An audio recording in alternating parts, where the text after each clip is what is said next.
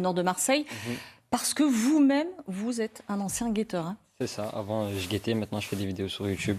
Maintenant vous avez changé, alors comment on entre dans cette fonction particulière de guetteur? En fait, on va au quartier et on demande à guetter et on trouve un poste. Hein. C'est comme ça. C'est comme ça qu'on demande, c'est quoi? C'est l'appât du gain simplement? C'est ça, l'appât du gain. On le fait pourquoi? Pour gagner de l'argent? C'est payé combien d'ailleurs? Ça dépend. Il y a des mi-temps et des temps pleins, c'est-à-dire mi-temps 10h, 18h ou 10h minuit. Et je peux prendre jusqu'à 200 € la journée. 200 € la journée? Ouais. On rappelle l'objectif, c'est quoi essentiellement du guetteur? C'est de prévenir les vendeurs de l'arrivée de la police. C'est ça. En criant Akha ou Amin. Ou Amin, selon les quartiers, c'est bien ça. Est-ce qu'on a conscience quand même qu'il y a du danger autour de ça? Vous êtes jeune, vous aviez 15 ans, vous, quand vous êtes devenu guetteur? Moi, dans ma tête, j'avais pas trop peur, mais c'est vrai qu'il y a du danger autour de tout cela, autour du trafic. On en parle entre guetteurs? Pas trop, c'est pas trop ça les sujets de conversation.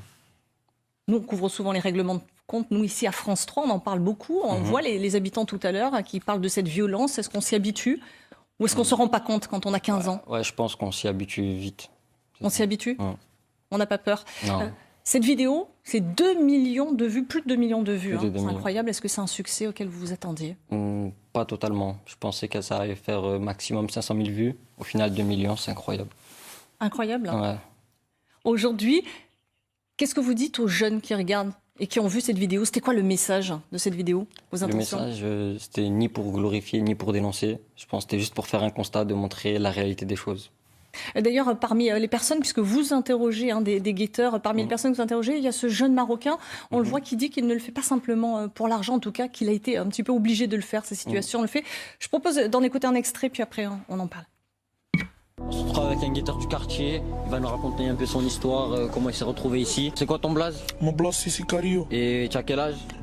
Environ 15 ans. Comment tu t'es retrouvé à travailler ici, dans ce quartier? Je me suis retrouvé ici à travailler dans ce quartier car j'avais des problèmes familiaux, tu vois, c'est quoi. J'ai grandi dans une ville au Maroc, car je venais ici pour faire mon argent. Et je me suis trouvé ici, tu vois, c'est quoi, pour me dépanner, pour demander à personne.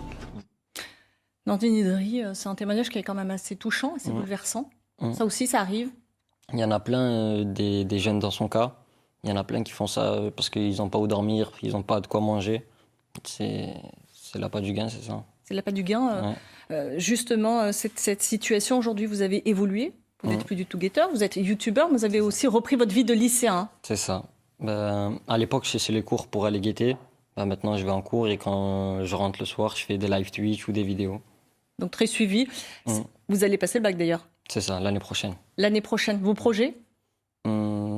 Avoir le bac et faire le plus de vidéos possible. Vous espérez gagner votre vie en étant un youtubeur? C'est ça, vivre de ça serait pas mal. Vous avez d'ailleurs un manager, hein? C'est ça, un manager. Ouais. Donc on peut espérer le mieux pour vous. Merci encore pour ce témoignage très touchant. Donc c'est à découvrir sur YouTube, 24 heures dans la peau d'un guetteur. Merci encore à vous, Nordine Idri. Allez, on parle maintenant toujours de justice côté